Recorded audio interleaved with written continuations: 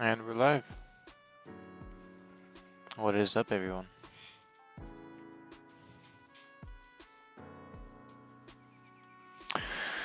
Alright.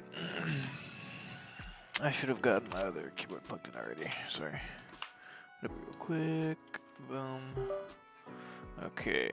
Now, I don't know what he's going to have me download. So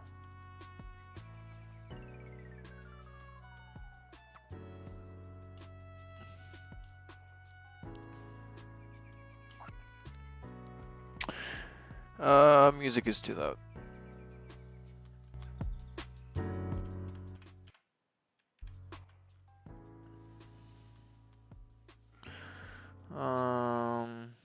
Maybe this will be better. Okay.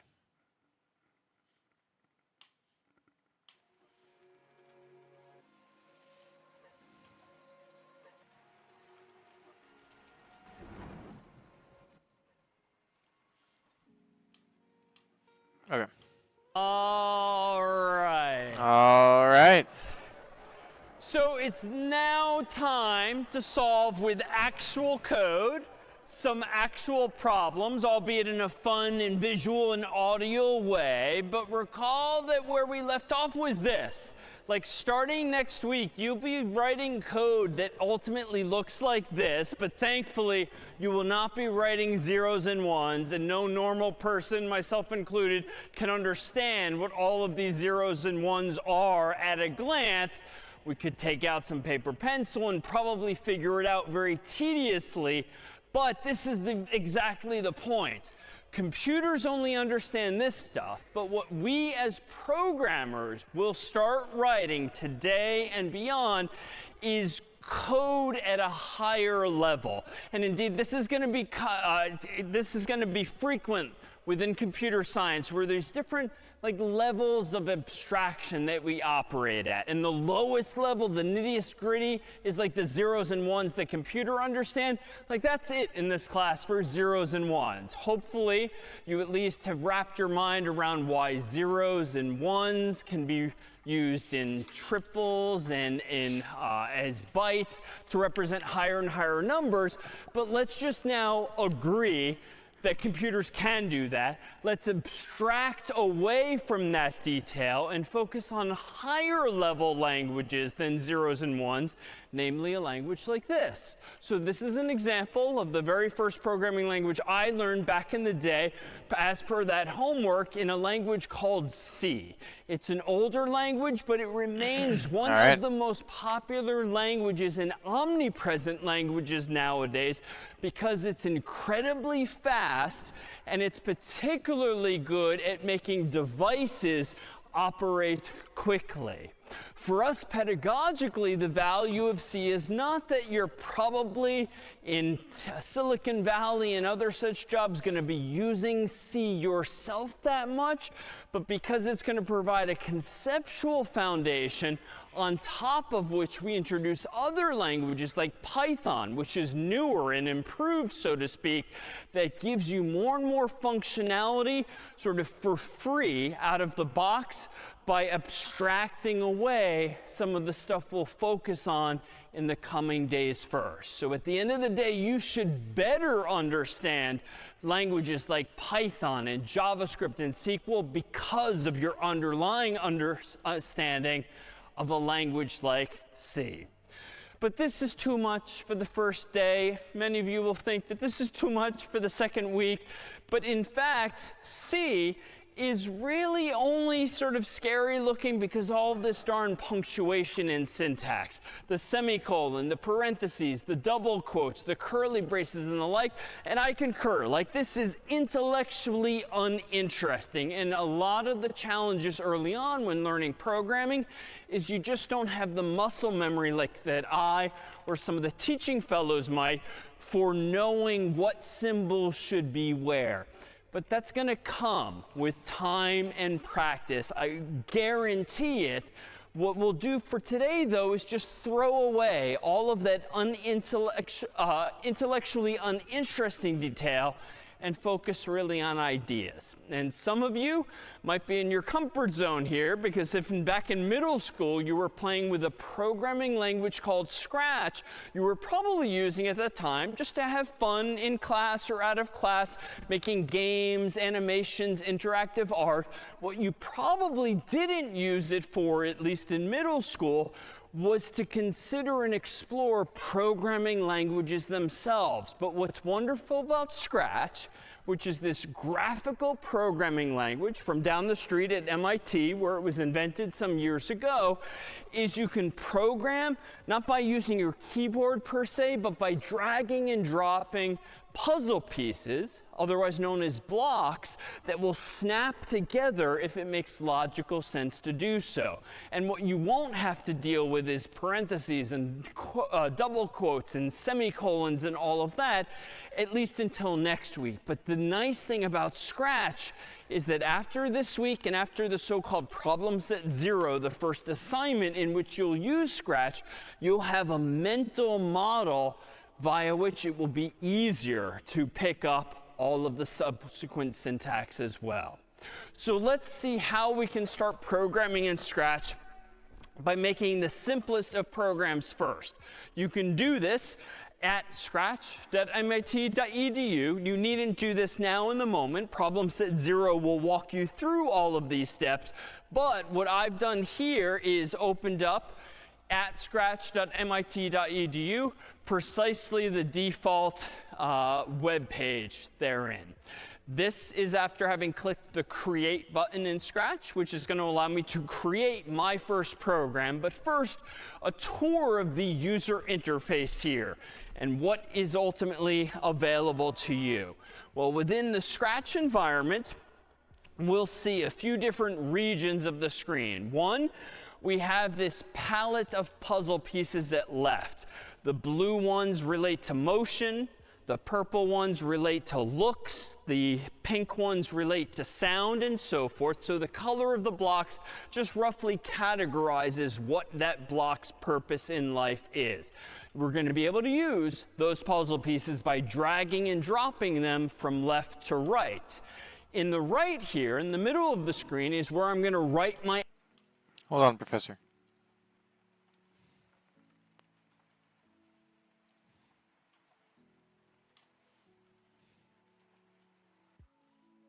I kind of need to like hide my screen right now. Oops. This is too small for me to do anything. Okay, hold on.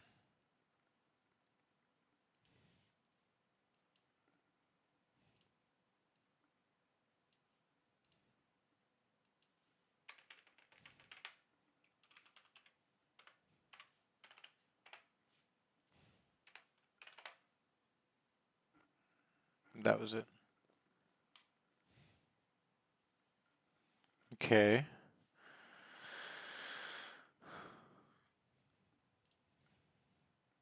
Ooh. Cancel. Where exactly? 1 minute, 14 and 3 seconds. 1 hour, 14. 1 hour, 14 and 4 seconds. Rewind it a little bit. Okay. Chat, we're chilling. We're logged in. We're gonna go ahead, bring this back up. What's up, chat? And now I can fucking close this shit out. Unpin from taskbar. Move this back to where it was. This is so much better than what I was using. Oh my god, I tried to use something else and it did not work out. Okay. Anyways.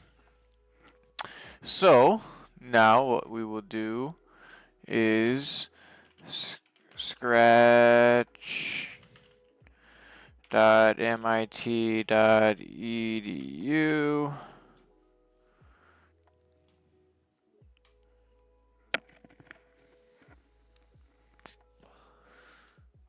Problem set 0.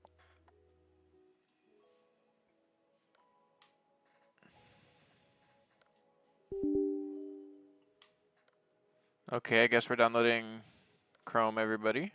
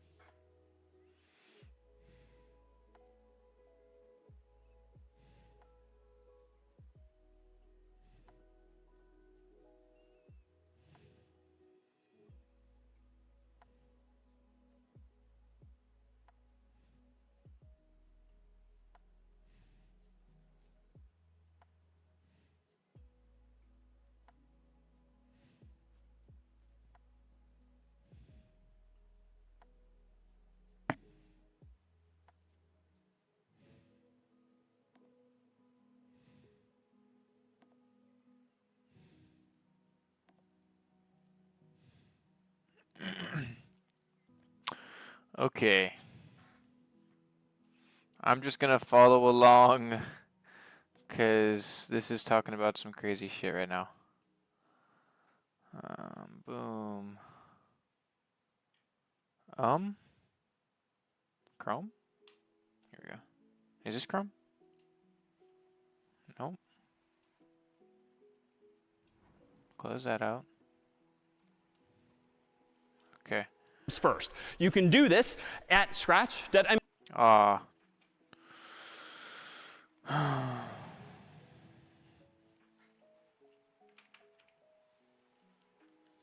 glad it hid that.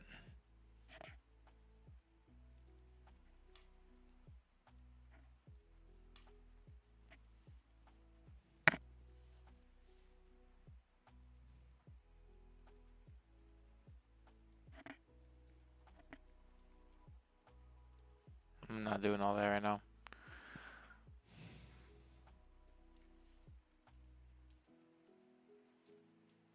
Okay, Chrome might be better. I don't know yet. Seems pretty fucking bright. Need to change that. Change that at another time. So scratch.mit.edu.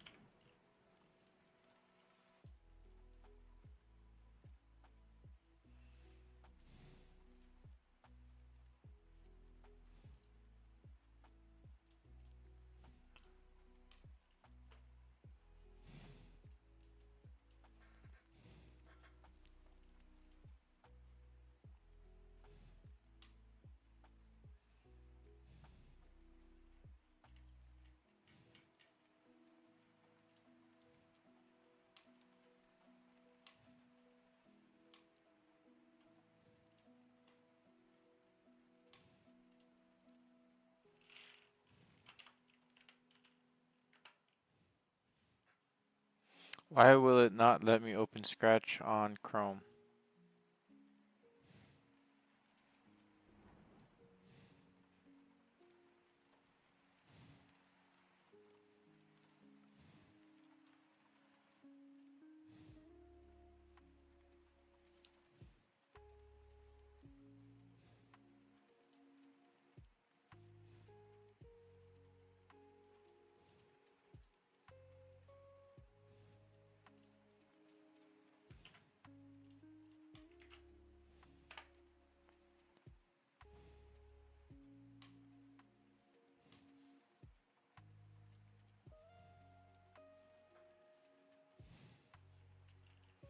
Okay, I'm just gonna do it in this, cause fuck it.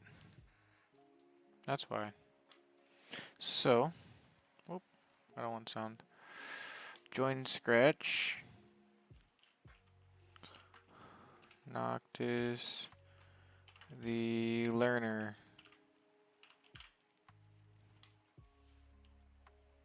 Alright, it's gonna fucking show it. Shit.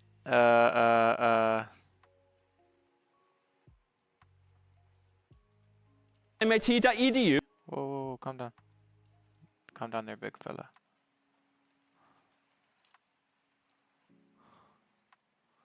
Shit, it's gonna like... Okay, I gotta hide screen for a second. Wait, this is gotta move now. Gotta hide screen, hold on.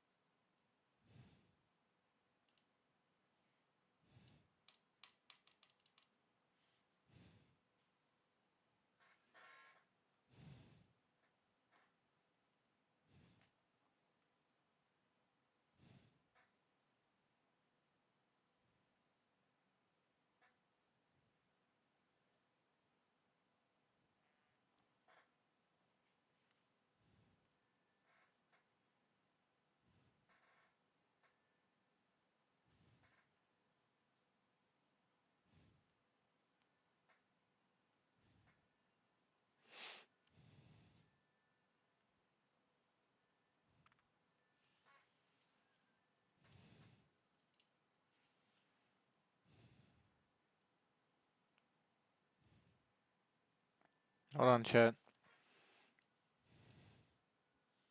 I could probably unhide screen now. It's just my email. I already have that public.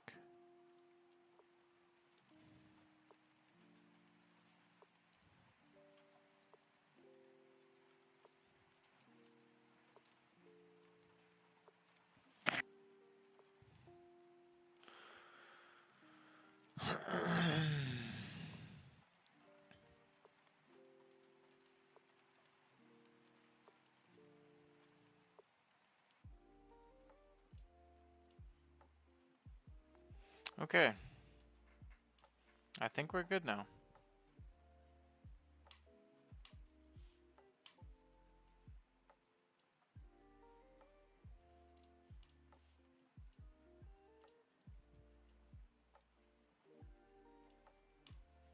Okay. You needn't do this now in the moment. Problem set 0 will walk you through all of these steps. But what I've done here is opened up at scratch.mit.edu precisely the default web page therein. This is after having clicked the Create button in Scratch, which is going to allow me to create my first program. But first, a tour of the user interface here and what is ultimately available to you. Well, within the Scratch environment, we'll see a few different regions of the screen. One, we have this palette of puzzle pieces at left. The blue ones relate to motion. The purple ones relate to looks. The pink ones relate to sound and so forth. So the color of the blocks just roughly categorizes what that block's purpose in life is. We're going to be able to use those puzzle pieces by dragging and dropping them from left to right. In the right here, in the middle of the screen, is where I'm going to write my actual programs. This is where I'll drag and drop these puzzle pieces, lock them together, and actually write my code. What am I going to be coding? Well, I'm going to be controlling one or more sprites. Much like in the world of games, if familiar, a sprite is like a character that you might see on the screen. The default character in the world of Scratch is, in fact, a cat that looks like this. And if, in this case, I have just one cat, I can then make that cat do things in his own little world at top right by making the cat move up, down, left, right, spinning around, or doing other things as well. But if you want to introduce a dog or a bird or any number of other custom characters, you just add more sprites, and they get their own place in that same world. As for How would I add how to think about movement in this world, it's How would I add? Oh, okay.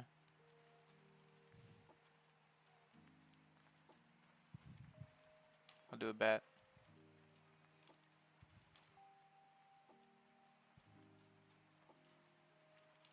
It's actually pretty familiar, even though it gets a little numeric for a moment. If Scratch at the moment is in the middle of the screen, the cat is at 0, 0. If you think about x, y coordinates or latitude, longitude, if you move the cat all the way up, this would still be x equals 0, but it would be y 180. What's the 180? 180 pixels vertically, or dots on the screen. This is negative 180 pixels on the screen at the bottom. By contrast, if you go left and right, your x value might change, negative 240. But y is 0, or positive 240, and y is 0 as well. But most of the time, you won't need to know or care about what the pixel coordinates of the cat are. All you're generally going to care about as the programmer, most likely, is do you want the cat to go relatively up, down, left, or right? And let MIT figure out the mathematics of moving this thing around in most cases. All right. So let's go ahead and introduce the first of these programs by doing something quite simple, as we did in C there, but a little more simply by writing code as follows. I'm going to go back to scratch.mit.edu. I've already clicked, per before, the Create button. And if I click on the yellow category of blocks here at left, and I'll zoom in, we'll see a whole bunch of yellow puzzle pieces. And probably the most common one you will use to write code in Scratch for just this first week is literally when green flag clicked. Why? Well, if we go back over to the cat's world at top right, notice that above the cat's rectangular world, there's not only a green flag for starting, there's a red stop sign for stopping as well. So let's do this. Let me go ahead and click and drag when green flag clicked anywhere into the middle and let go. And now I'm going to go to looks. And it looks like there's a whole bunch of purple puzzle pieces here. I'm going to choose something simple like say hello, drag it.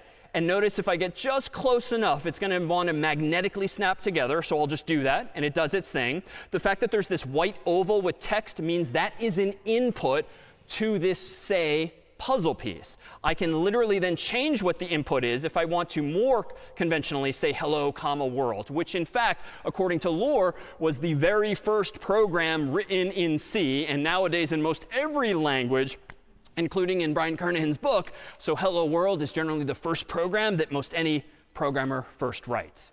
So that's it. As programs go, let me go ahead and zoom out here. Let me go over to the right and click the green flag. And somewhat excitingly, maybe underwhelmingly, we've now written a program that quite simply says hello world on the screen. Now let's make this a little more technical for just a moment. What is this here puzzle piece, as I keep calling it? It's actually a similar, it's an incarnation of one of the ideas from our pseudocode before. What did we call those actions and verbs last time in my pseudocode? Functions, that's right. So these purple puzzle pieces here are indeed functions, and some functions, as we can see, take inputs like hello, comma, world. After all, how does Scratch know what to say? You have to provide the cat with input, which is to say functions can indeed take inputs like this. In this case, one input, but we'll see opportunities for passing in more input as well.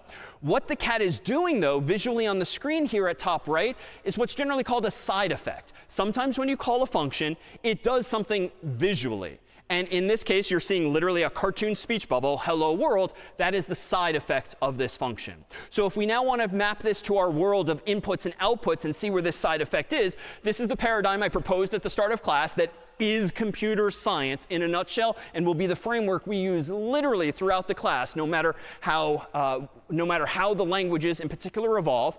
So what's the input to this particular program? Well, this white oval, hello world, is my input. The algorithm, step-by-step instructions for solving some problem, is implemented in code, this language called Scratch, by way of this purple puzzle piece. And the output of that function, given this input, is the side effect whereby the cat indeed says hello world visually on the screen in that speech bubble. So the exact same paradigm with which we began today governs how exactly this cat here works. Well, let's actually go back to this program and make it a little more interesting than that. Let me go ahead and click the red stop sign. And let me actually use a different type of puzzle piece, another function that does something a little different. First, I'm going to get rid of the say block. So I'm going to not only pull it away, I'm going to drag it over anywhere it left and just let go, and it will delete itself automatically. Or I could right-click or control-click, and from a little menu, I could also explicitly say delete. And what I'm going to do now is under sensing, which is a light blue shade of puzzle piece. There's a whole bunch here, but I'm going to focus on this one. Ask something and wait. And the default text is what's your name, and that's fine. But because it's a white oval, that input can be manually changed by me if I wanted to change the question. I'm going to drag it over here. It's going to magnetically snap together. And I'm OK with that question. But what do I want to say with the answer? Well, let's go ahead and do this. I could go to looks again. I could grab another say block, let it snap in. And I could say something like, hello, comma, David. But this is going to be the first of many bugs that I make, intentionally or otherwise. Let me click the green flag. Scratch is now, just like in a web browser, prompting me for some input here. So let me go ahead and type in my name, David, enter, and voila, like it works. Hello, David. I'm kind of cheating, though, right? Because if I zoom out, stop, and play again, let me type in like Yulia's name here, enter, and it still says hello, comma, David. So that didn't really implement the idea that I wanted. All right, so how can I fix this? Well, it seems that this time I want more than a side effect. I want to use the value that the human types in. And for this, we need another feature of functions, which is that not only can they sometimes have side effects, something visually happens, some functions can hand you back a value, a so-called return value that will allow you to actually reuse whatever the human typed in. So a return value is something that gets virtually handed back to you, and you can store it in something called a variable, like x, y, and z in mathematics, and you can generally reuse it one or more times. So let me actually draw our attention then to, at left, not only the blue puzzle piece, ask what's your name and wait, but notice that there's a special puzzle piece below it, this blue oval called answer, and that represents what a computer scientist would call a return value. So MIT has kind of bundled it together side by side to make clear that one of those pieces relates to the other. What it means is that I can do this. I can drag this oval and use this oval as the input to the say function. Now notice it's not the same size, but it is the right shape, so that's OK. Scratch will sort of grow or shrink things to fit properly. But this too isn't quite right. Let me go ahead and do this. Let me go ahead and stop that, click the green flag. I'll type in my name again, David, enter.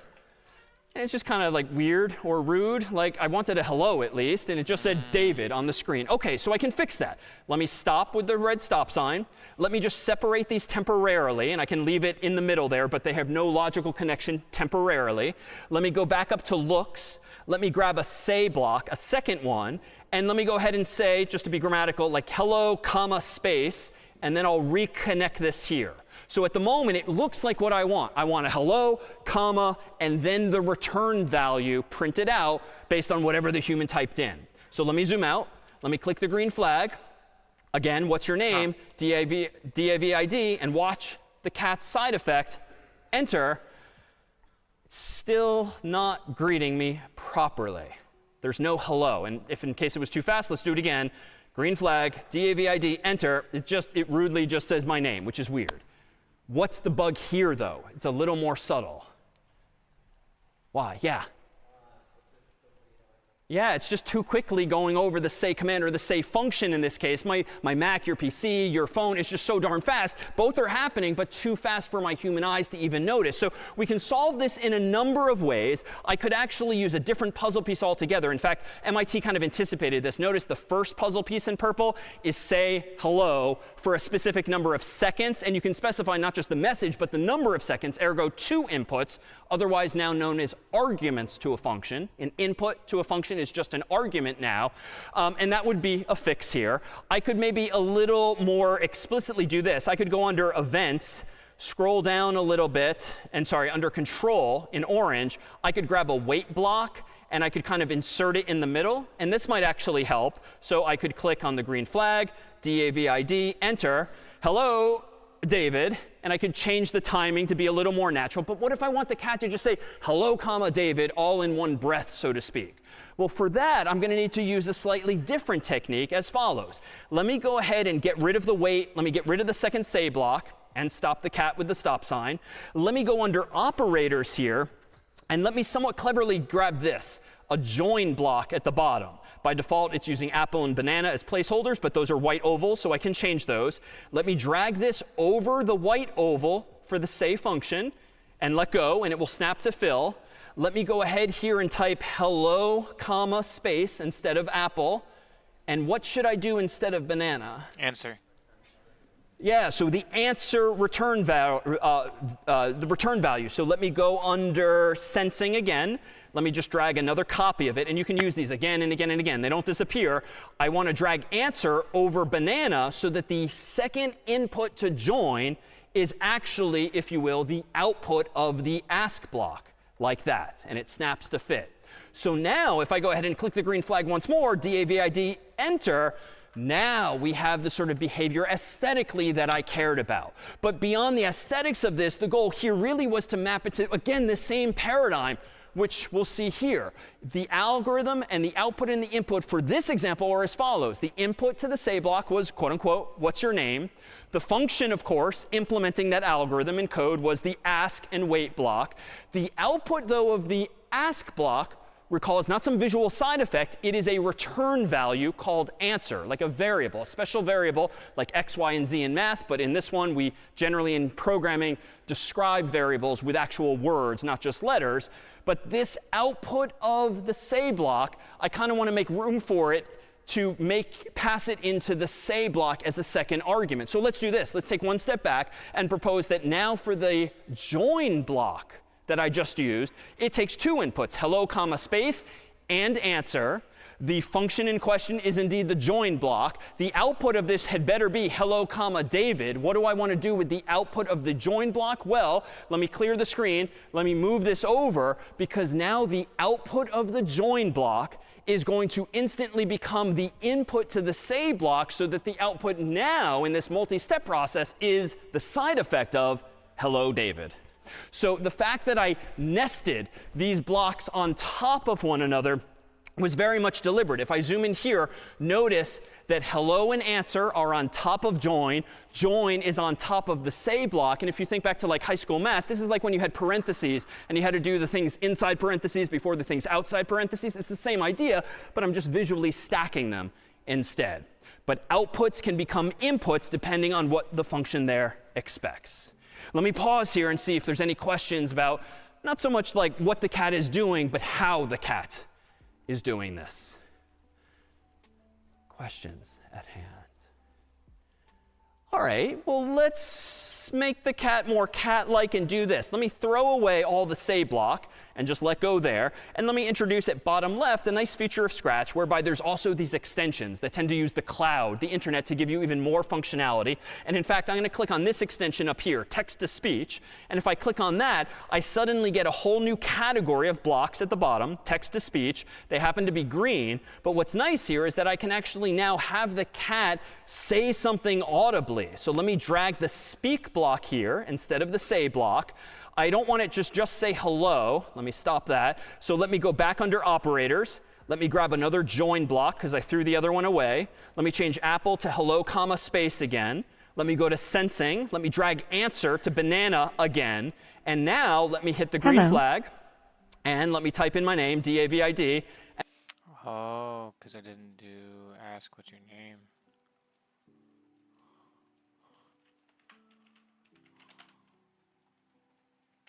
Hello, Christian. Oh, shit. That's pretty fucking crazy, huh? And in a moment, I'll hit enter and... Hello, David.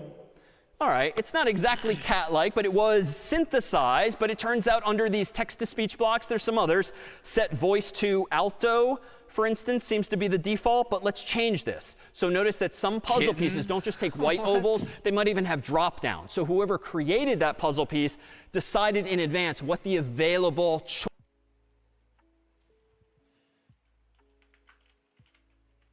Hello, Christian.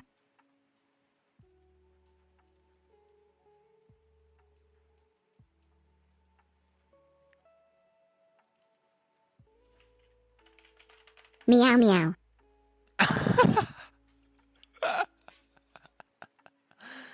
Oh my god.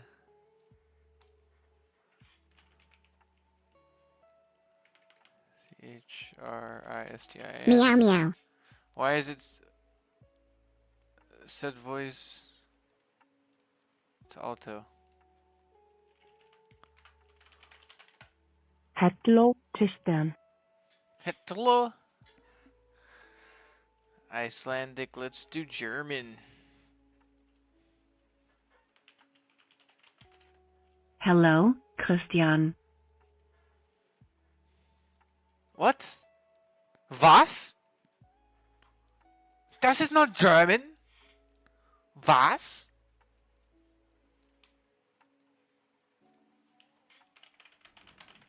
Hello, Christian.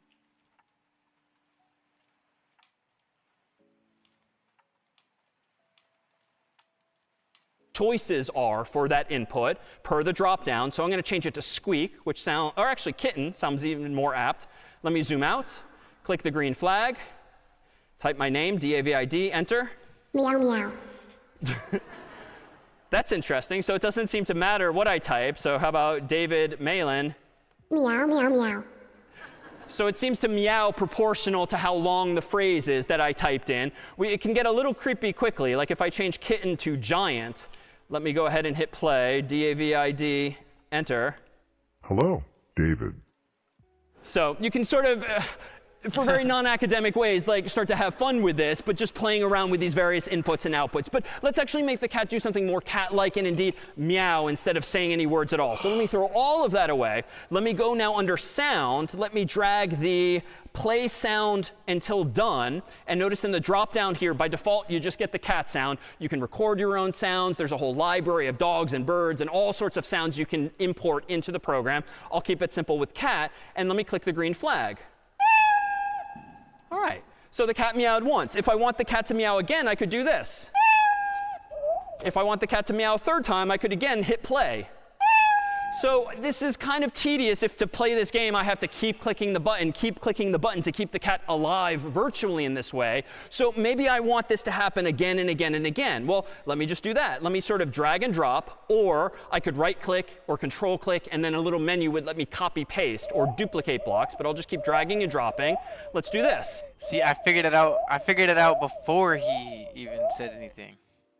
Repeat 10, play sound, owl until done. So this would be when I would type repeat, I would have to hit tab. Cat's kind of hungry, unhappy. So this is slow things down so it's adorable again. So let me go under control. Let me grab one of those wait 1 second, and I'll plop this here. Another one, let me plop it here. Click play again. Cuter, less hungry, sure. But this program is now, I dare say, correct if my goal is to get the cat to meow 3 times. But now, even if you've never programmed before, critique this program. It is not well designed, even though it is correct. In other words, it could be better. How, might you think? Yeah. So using a loop. And why? Why are you encouraging me to use a loop even though it works as is? Yeah, so to summarize, it's just easier to use a loop because I could specify explicitly in one place how many times I want it to loop. And moreover, frankly, any time you are copying and pasting something in code or dragging the same thing again and again, odds are you're doing something foolish. Why? Because you're repeating yourself unnecessarily. And this is a bit extreme, but suppose I want to change this program later so that the cat pauses 2 seconds in between meows. Well, obviously I can just go in here and do 2. But what if I forget? And suppose this program isn't like 5 or 6 puzzle pieces. Suppose it's 50 or 60 or 500 or 600. Eventually I or a colleague I'm working with is going to screw up. They're going to change a value in one place, forget to change it in another. So why are you inviting the probability of making a mistake? Just simplify things so that you only have to change inputs in one place. So how can I do this? Let me zoom out. Let me throw most of this duplication away, leaving me with just the play and the wait function.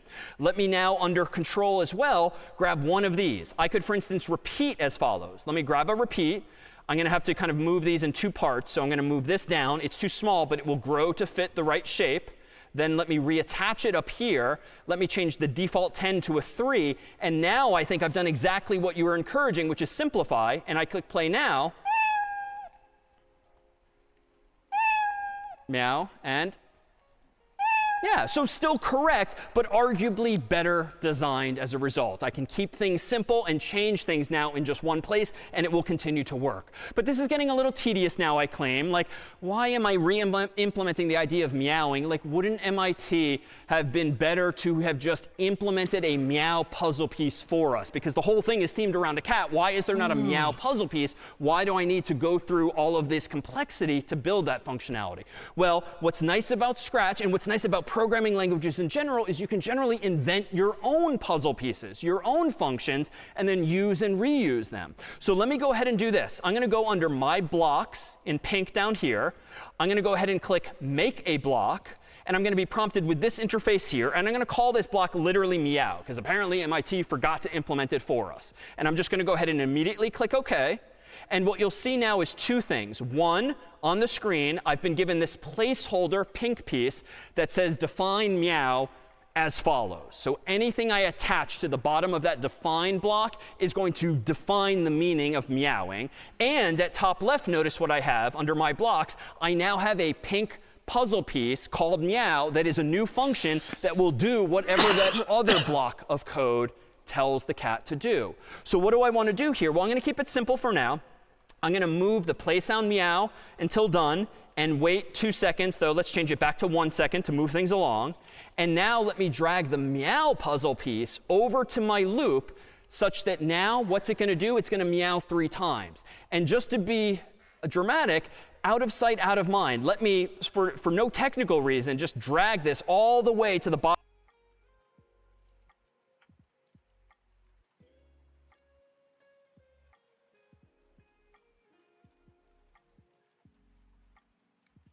of the screen and then scroll back up just to make the point visually that now meowing exists. That is an implementation detail that we can abstract away, not caring how it exists, because I now know at a higher conceptual level, if I want to meow, I just use the meow puzzle piece. And I or someone else dealt with already how to implement meowing.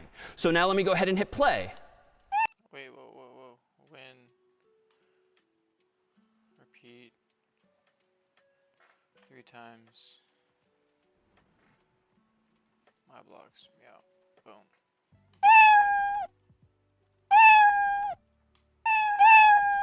Okay. OK, so same exact code, but arguably better design because I've now given myself reusable code. So I don't have to copy paste those several blocks. I can just use meow again and again. But let's make one refinement. Let me actually scroll down to where I did, in fact, implement this. Let me control click or right click on it. And let me edit the pink block that I created a moment ago, because I want to practice what I've been preaching about inputs. So I don't want this function just to be called meow. I want this function to also take an input. And just for consistency with our use of n earlier, which in computer science generally means number, let me meow n times. And just so that this puzzle piece is even more programmer friendly, let me add just a textual label that has no technical significance other than to make this function sort of read left to right in a more English friendly way. Meow n times. Let me click OK. And now notice this thing at the bottom has changed such that it's not only called meow, there's explicit mention of n, which is a circle, which is exactly the variable shape that we saw earlier when it was called answer. This is not a return value, though. This is what, again, we're going to call an argument, an input to a function. So let me do this. I'm going to move this back up to the top so I can see everything in one place. And I'm going to make one modification, because my goal now is to make a new and improved version of meowing that actually takes into account how many times I want the cat to meow. So instead of using a loop in my own program under when green flag clicked, I'm going to detach this temporarily. I'm going to move this away. I'm going to move this code over here. And I'm going to reattach. Shit.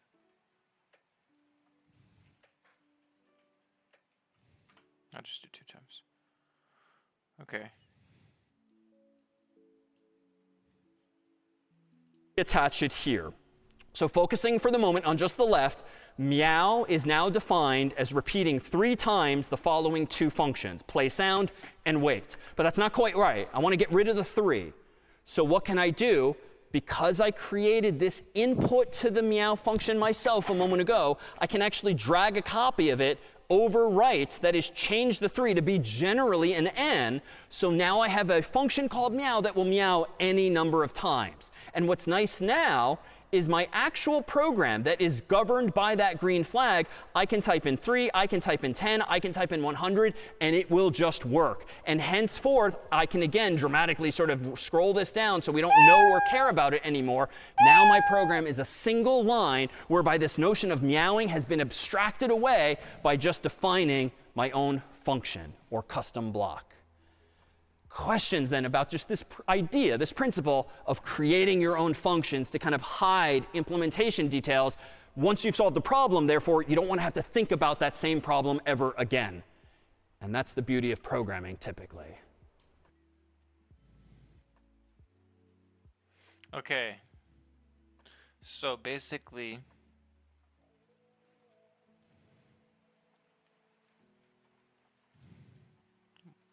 so what if we would, block name is going to be, I don't know,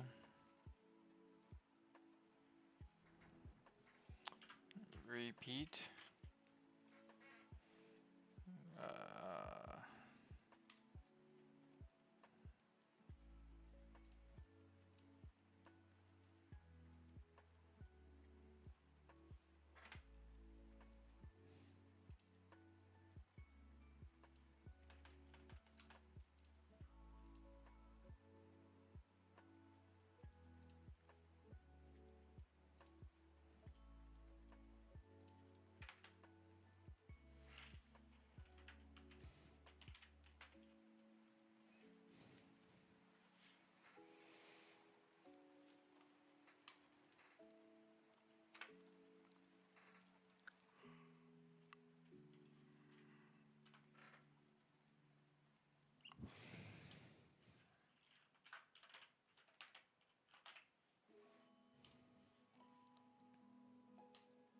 okay. Questions on what here we just did? Are we going to do anything more with this, No? Professor? All right, well, let's do this. Let's now make this a little more interactive in code. Let me go to this green flag. Let me scroll down and just throw all of this hard work away that we have copies on the course's website of all of these programs step by step if you want to review them in slower detail.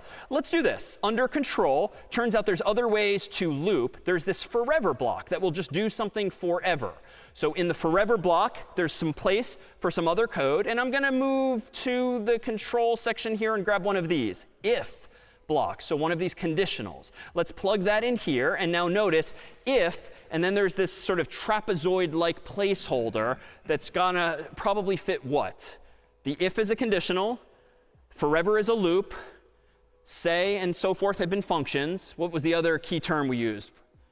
So a Boolean expression. We need to put one of those yes, no, or true, false questions here. So what are those? Well, I've been using Scratch for some years, so I know under sensing, there's one of these shapes here, touching mouse pointer question mark. The question mark literally evokes the whole idea of a Boolean expression being yes, no. It's way too big to fit, but it is the right shape. So let me drag it, let go. It's going to grow to fill. And now let me go to sound. Let me grab that play sound meow until done and put it inside that conditional, such that what kind of program have I just implemented here, arguably?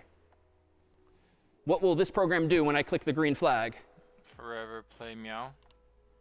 No, If they nothing click at the moment. pointer. But I'm not touching the cat, so if I move the mouse pointer to the cat, again, it's kind of like implementing the idea of petting a cat, if you will, because I'm forever just waiting and waiting and waiting. Is the mouse pointer touching that sprite, touching that cat? And only if so, go ahead and play that sound meow until done. But now we can make things a little more interesting. Let me stop this. And let me do something actually completely different. Let me throw all this hard work away. Let me go under extensions. Let me go to video sensing, because lots of laptops, my own included, has a little webcam nowadays. Let me approve use of that there, and you can see me in the frame. And let me do this. Let me drag one of these when motion exceeds some measure. And through trial and error, I figured out that 50 tends to work well. Let me step out of frame here and program off to the side.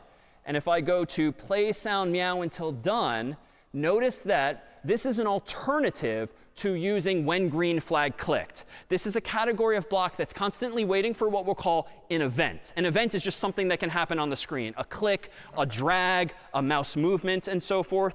So let me zoom out here. And now, if I can do this, here we go. No, too slow. Still too slow. Oh, wait, did I click play? Let's see. Try again. There we go. OK, 50 is a little too high, apparently. So let's make this a little gentler. 10. OK, well, there we go. There we go. OK, so we've implemented now more physically the idea of actually responding to a cat, to petting a cat. So, oh damn it. OK. OK, so this is a bug. Like now, this is MIT's fault. So it's not stopping in response to the red stop sign. So what do you do in doubt? Most extreme, you reboot. For now, I'm just going to close the window. OK, so now we've seen all of those primitives that we saw in that pseudocode, but incarnated in this graphical programming language. And again, without parentheses and semicolons and double quotes and all that punctuation that we will introduce before long. But for now, we have the mechanisms in place where we can do some really interesting things. So in fact, I thought, in the spirit of sort of thinking back on olden times, thought I'd open up the very first program I wrote when I actually I was cross-registered in an MIT class and took a class that introduced aspiring teachers to Scratch. And I implemented this program here called Oscar Time, which was a game that used a childhood song that I was a fan of, and it allows you to sort of drag trash into a trash can. But to bring this to life, and perhaps in exchange for one stress ball, could get one brave volunteer who wants to come up and control this here keyboard. I saw your hand first. Come on up. Come on up. And you'll see, thanks to the team, we also have this amazing lamppost here, being on Quincy Street as we are. Do you want to introduce yourself to the group? Hi, my name is Anna. I'm from Richmond, Virginia, and I'm in Weld. Nice, Weld. All right, come on over. So here, Anna, you'll have a chance to play the very first game I wrote in Scratch, which admittedly is more complicated typically than we would expect of a student doing this for the very first time, as in problem set 0. But what I'm going to do is full screen this here. I'm going to click the green flag, and what you'll see on the screen are these instructions. Drag as much falling trash as you can to Oscar's trash can before his song ends. And here we go. Oh, I love trash. Anything dirty or dingy or Nice. dusty. Anything ragged or rotten Nice. or rusty. Yes, I love trash. Oh, If you there we really go. want to see something Nice. So as Anna trashy, continues to play, let's kind of tease this apart a little bit. So one, there's some costumes on the stage. Like that lamppost is actually never going to move. But there's a couple of sprites. There's the trash can, which seems to be a character unto itself. There's this piece of trash that keeps coming back and back. That is a sprite. There's now this sneaker, which is another sprite. And in fact, notice that Oscar, of course, keeps popping up from his sprite once in a while. So Oscar seems to have multiple costumes. So I offer this as an example as you keep playing, if you would. Very good job so far. Yeah, this song goes on forever. This was a nightmare to implement, to listen to this all day long. But how do we implement the rest of this? Well, notice that the trash, every time she throws it into the trash can, does reappear somewhere different. So there's some kind of randomness involved. And indeed, Scratch will let you pick random numbers in a range. So maybe it could be negative 240, maybe it could be positive 240 at the 180 point on the top of the screen. So you can sort of randomly put things on the screen. There's apparently what kind of construct that makes the trash fall again and again. No one's listening to me. They're all just watching you. But Gravity. what's making the trash fall from top to bottom? So it's actually some kind of loop, because there's a motion block inside of a forever loop probably that just keeps moving the trash 1 pixel, 1 pixel, 1 pixel, 1 pixel, 1 pixel, creating the illusion therefore of motion. And if we can crank the song a little bit more, you'll see that this is all synchronized now. Because they're trash. Oh, I love trash. fresh, anything dirty or dingy or dusty, anything ragged. The song or keeps going rotten or forever, rusty. seemingly. And now notice more and more sprites are appearing because they waited for, here we go, climax. I love trash. All right, a big round of applause for Hannah. Nicely done. Okay, there you go. Here you go. All right, so this is an interminable song, and indeed, I spent like hours building that, and just listening to that song on loop was not the best way to program. But the goal here is to really use it as just an intellectual exercise as to how that was implemented. And we won't do the entire thing in detail, because I will say, back in the day when I was younger, I didn't necessarily write the cleanest code. And in fact, if we see inside this and we poke around the bottom of the screen here, you can see all of my different sprites. And the code is kind of complex. Like, things just kind of escalated quickly, but I did not set out and write all of these programs all at once for each sprite. I pretty much took baby steps, so to speak. And so, for instance, let me open up just a few sample building blocks here that speak to this, that are written in advance. So here's version 0. Computer scientists typically start counting at 0. And let me show you this example here that only has 2 sprites on the screen. We have Oscar the trash can, and we have the piece of trash. And now notice, what does Oscar do? Well, let me go ahead and zoom in on this script, as it's called. The program is a script. When the green flag is clicked, Oscar switches his costume to Oscar 1. That's his default costume where the lid is closed. Then Oscar does this forever. If Oscar is touching the mouse pointer, change the costume to Oscar 2. Otherwise, change it back to Oscar 1. So that whole idea of animation where Oscar's popping in and out is just like a quick costume change based on a loop inside of which is a conditional waiting for the cursor, like Anna did, to get near the trash can. Meanwhile, if we look at the piece of trash here, notice that the trash is actually not doing anything in this first version because I didn't even implement falling first. So let me hit the green flag. Nothing is happening in this very first version, but notice if I click on the trash and drag, as soon as I'm touching Oscar, there comes that trash can lid. And it was just the result of making this one program respond to that input. All right, what did I do next? Well, next, after taking that single baby step, I added one other feature. Let's see inside this version 1. Again, Oscar is behaving the exact same way, but notice this time, the trash is designed to do the following. First, I'm telling the program that the drag mode is draggable. That is, I want the trash to be movable when the user clicks on it. Then I tell the piece of trash to go to a random X location. X is the horizontal, so it's going somewhere between 0 and 240, but all the way at the top of the screen, 180.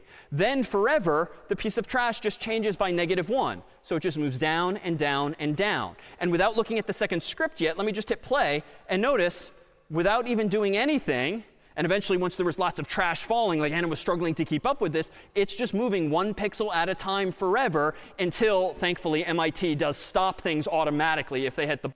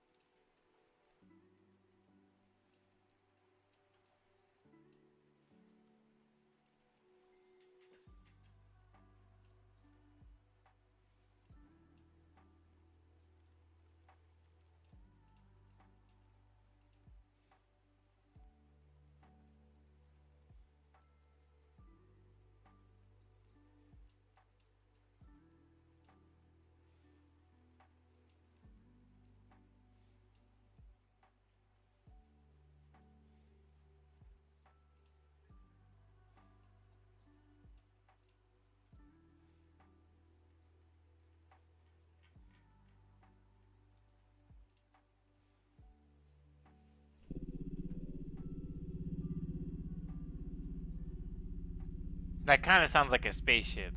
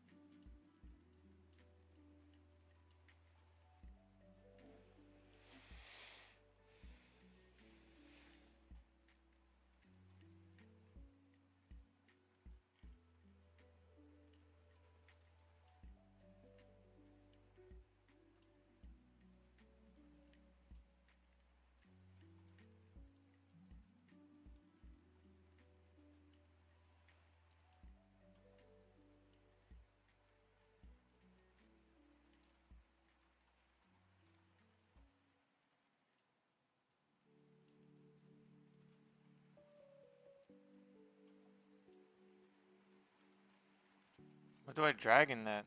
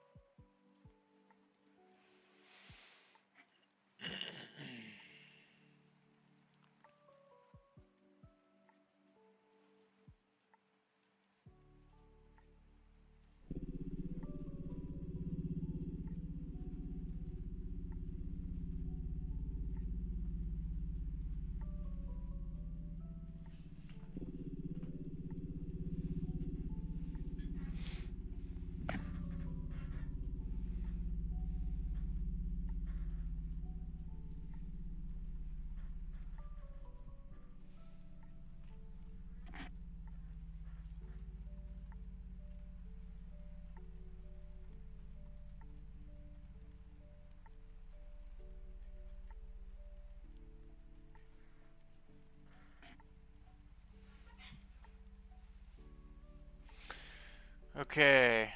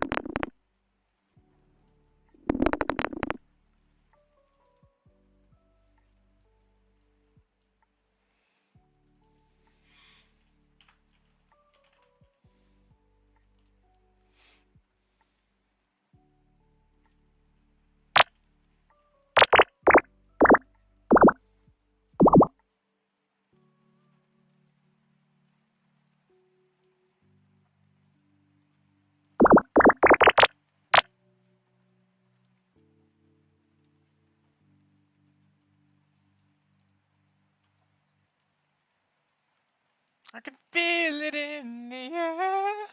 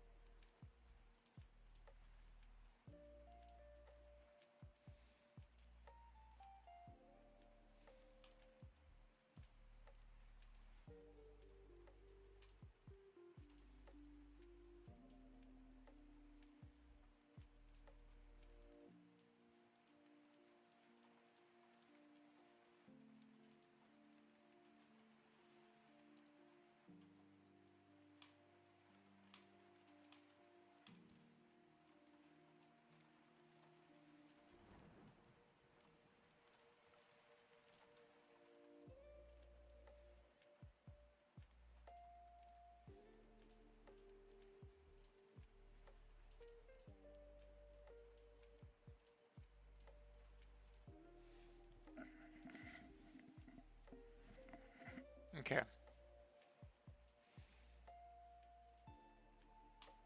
Group all this shit together.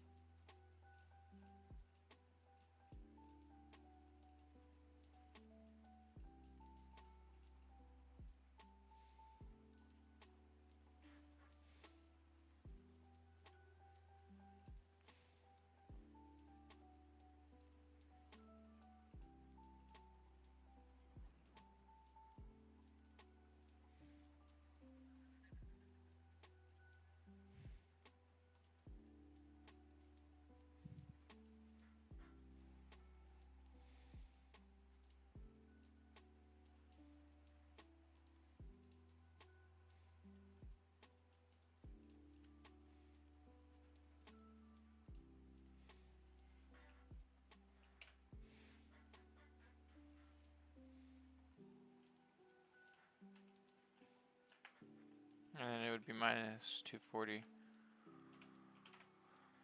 And wait 5 seconds, and it's gonna pop up right here. Oh shit.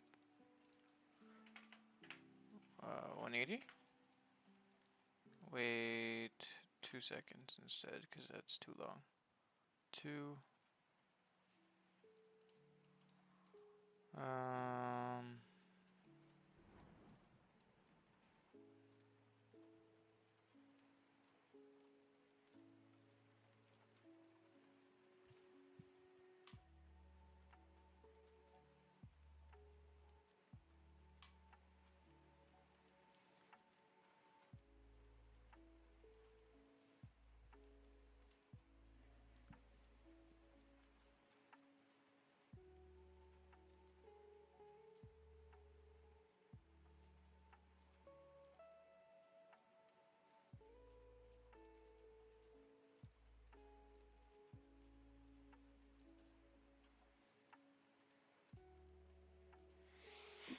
Okay, so how do I get it to be facing up?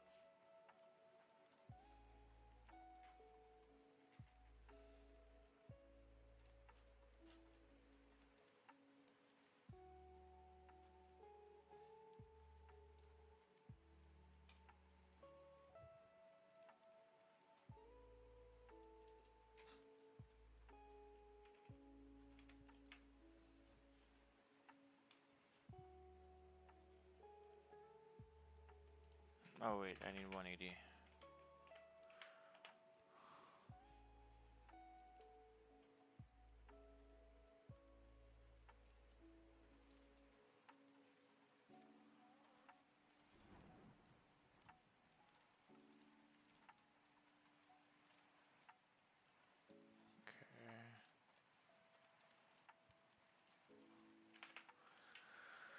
Oh, 190 perchance. And make this, it's going to be negative 96 and negative 14. And that's going to give us that, and oops.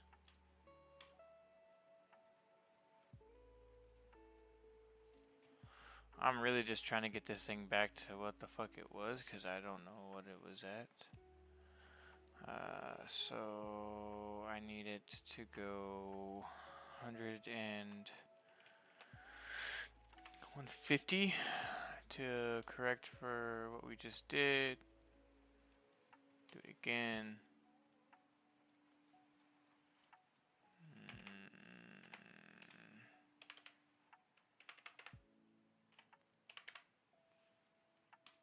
Maybe right here. Almost.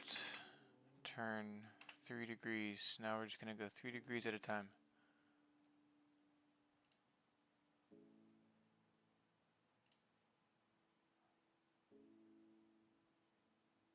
Okay. And now what we're going to do,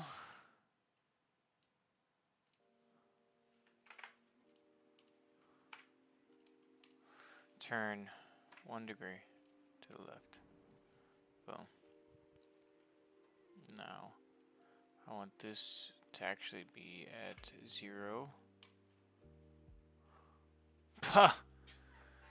See, now that is what the fuck I'm talking about. And that's the starting point. Size.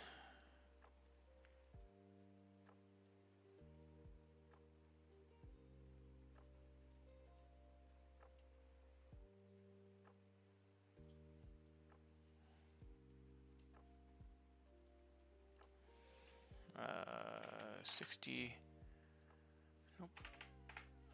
60. Enter. Negative 80.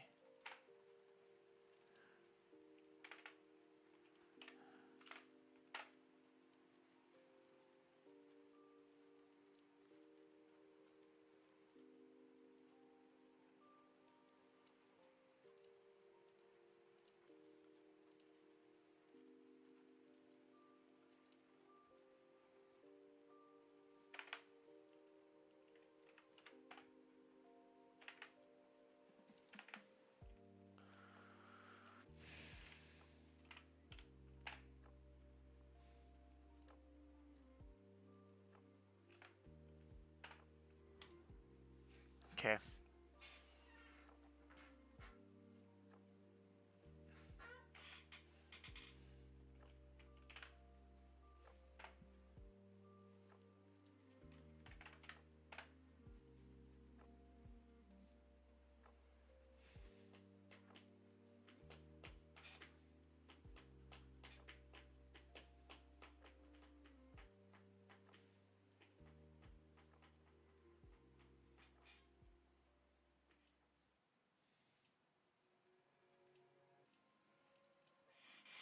Okay.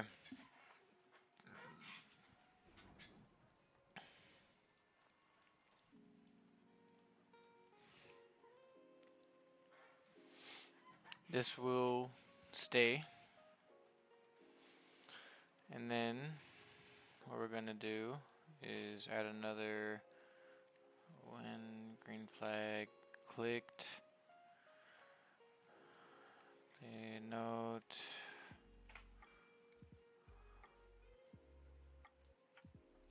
Music.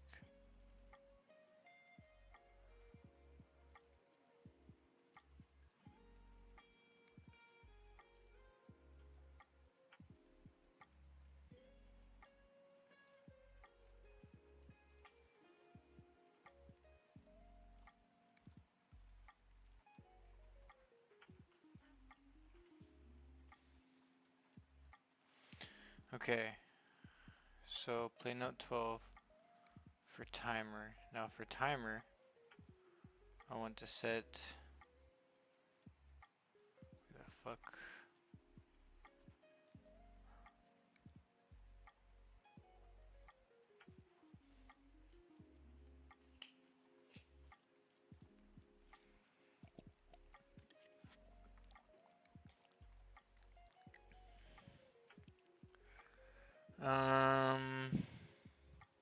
So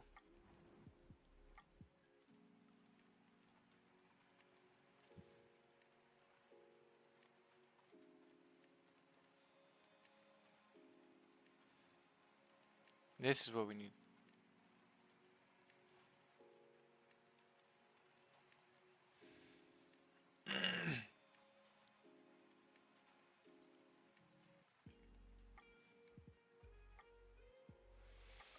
Okay, so then what we could do is come to my blocks, make a block, add a boolean. So the name of this is going to be play note yes or no.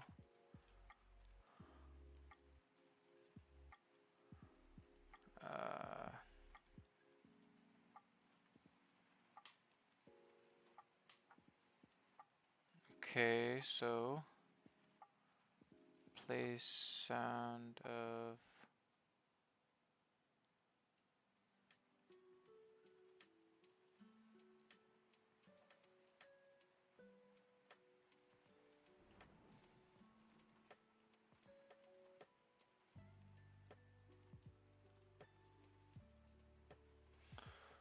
can I how can I change this into something that can go in here? Play note 12 until this.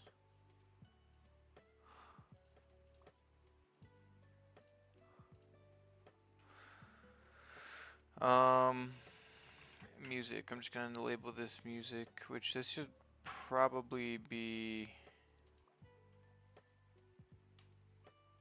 in a main in this. So for this, I'm gonna make a block. Add an input. Block name music boolean if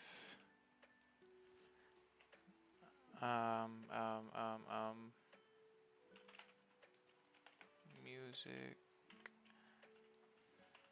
is if space bar is pressed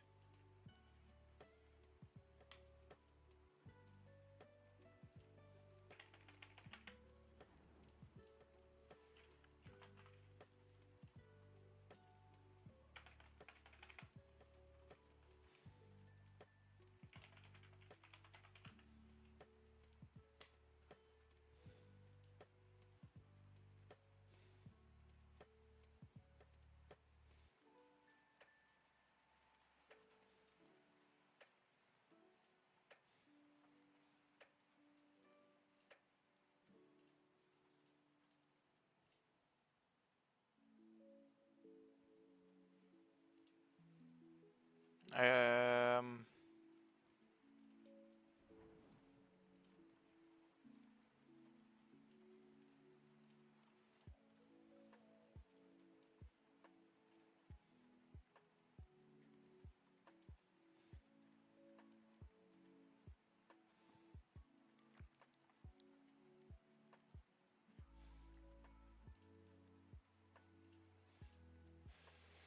so then I need to go to sounds,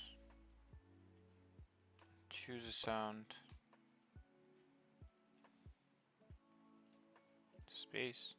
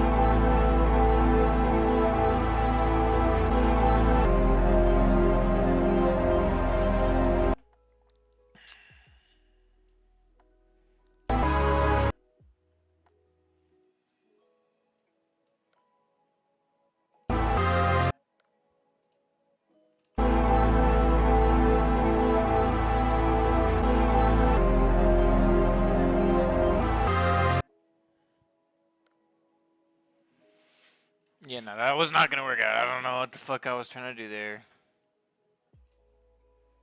Anyways, let's just go ahead and space ambient. I like this. If it goes.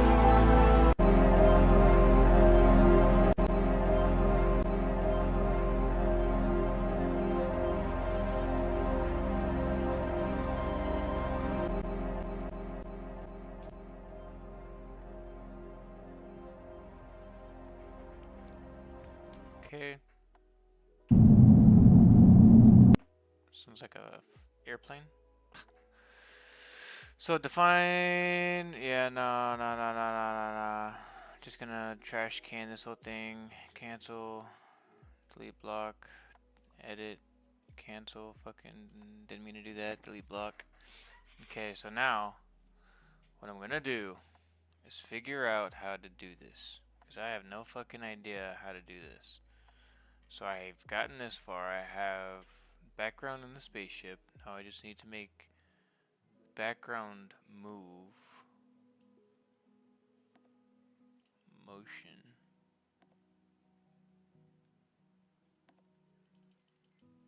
Stage selected.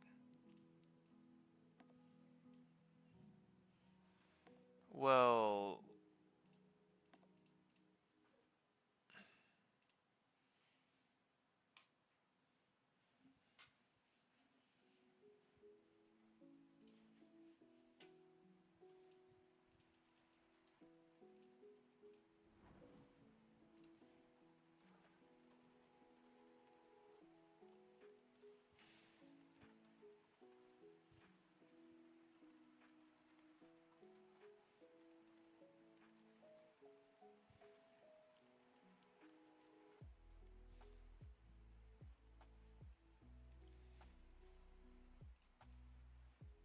the bottom, lest a 6-year-old get upset that all of a sudden their sprite is gone forever. So there is some special casing there. But what else is this trash doing?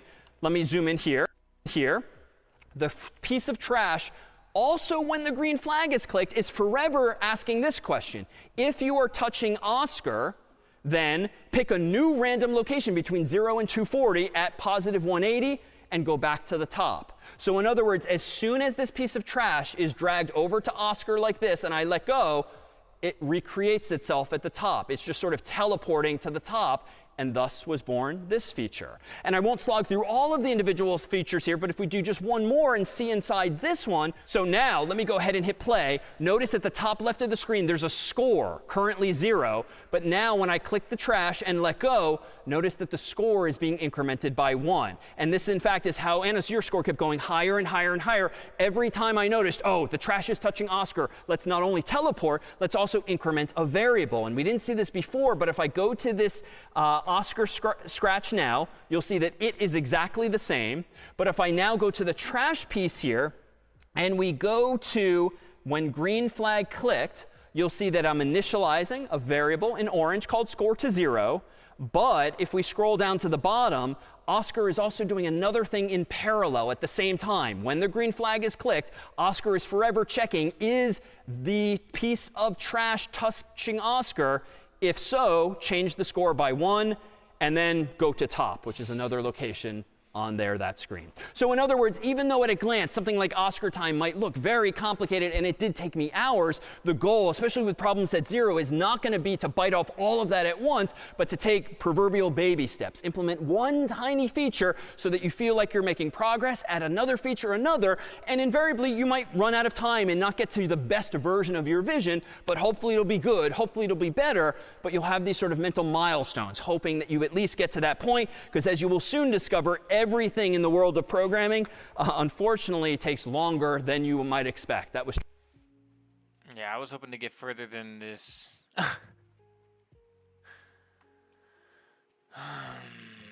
um.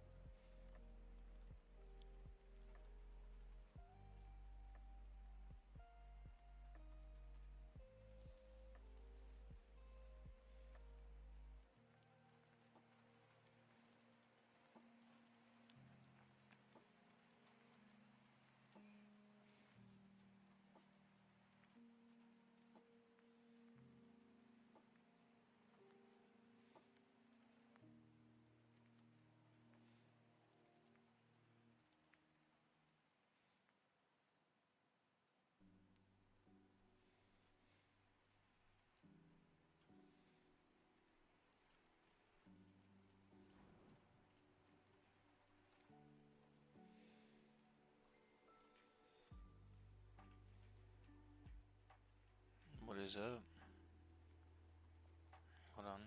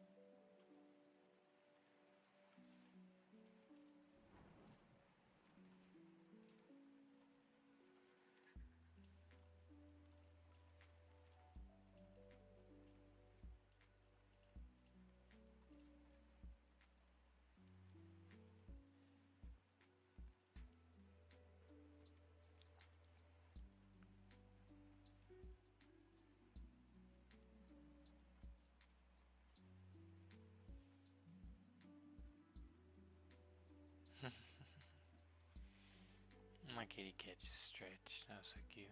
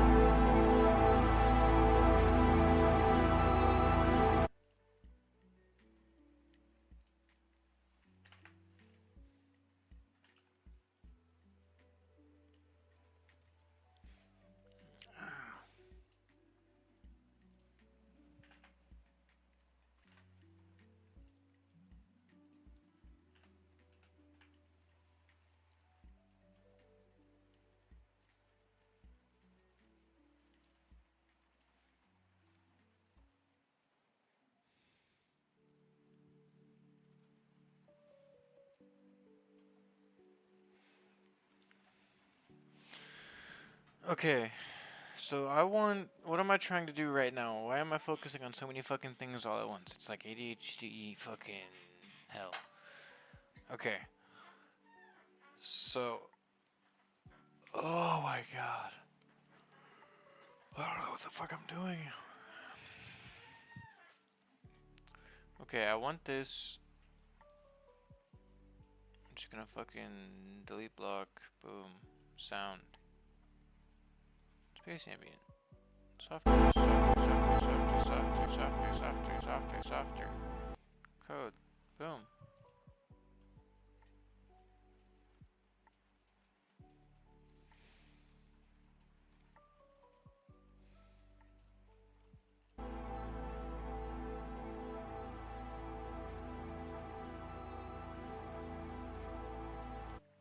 Okay.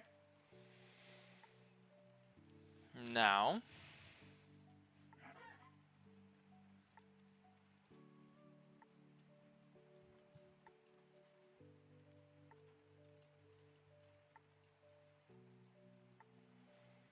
Um.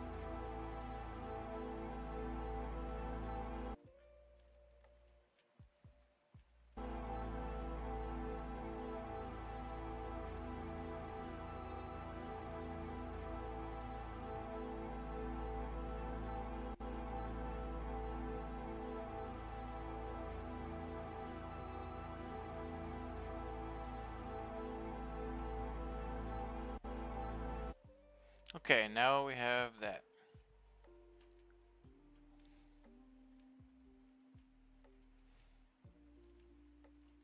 When space key pressed,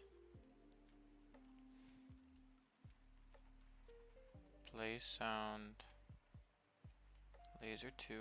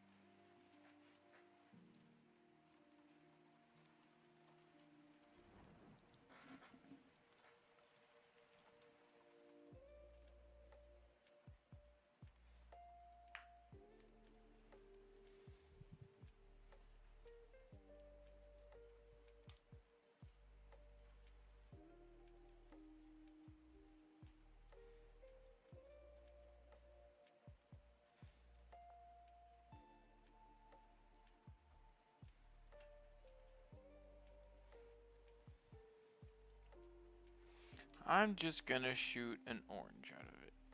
But I want the orange to be small. So 30. Boom, perfect. You could choo choo choo choo choo choo. So now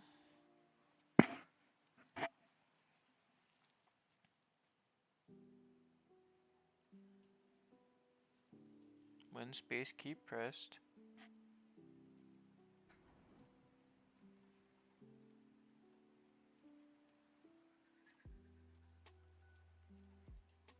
repeat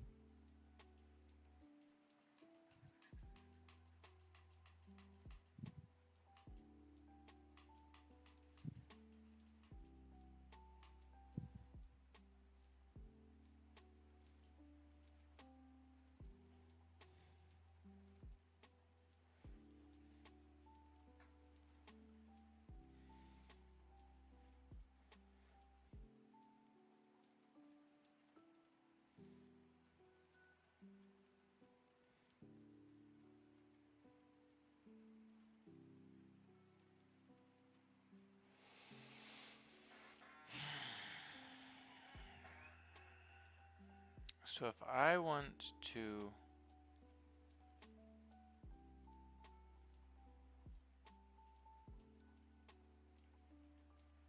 if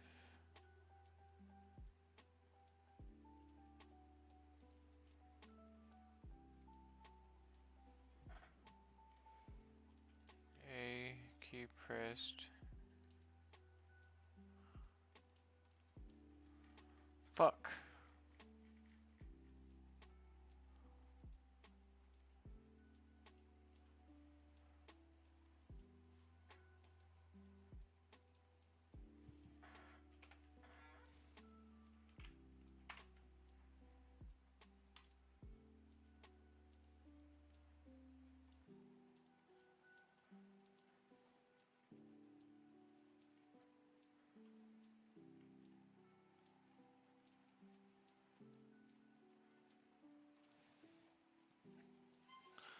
I mean, I could, like in actual coding, I could put if.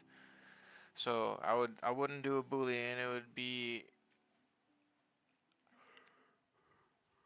I mean, I don't know actually, cause I might run into a problem. Dogs are here, so I'm gonna end stream. Deuces.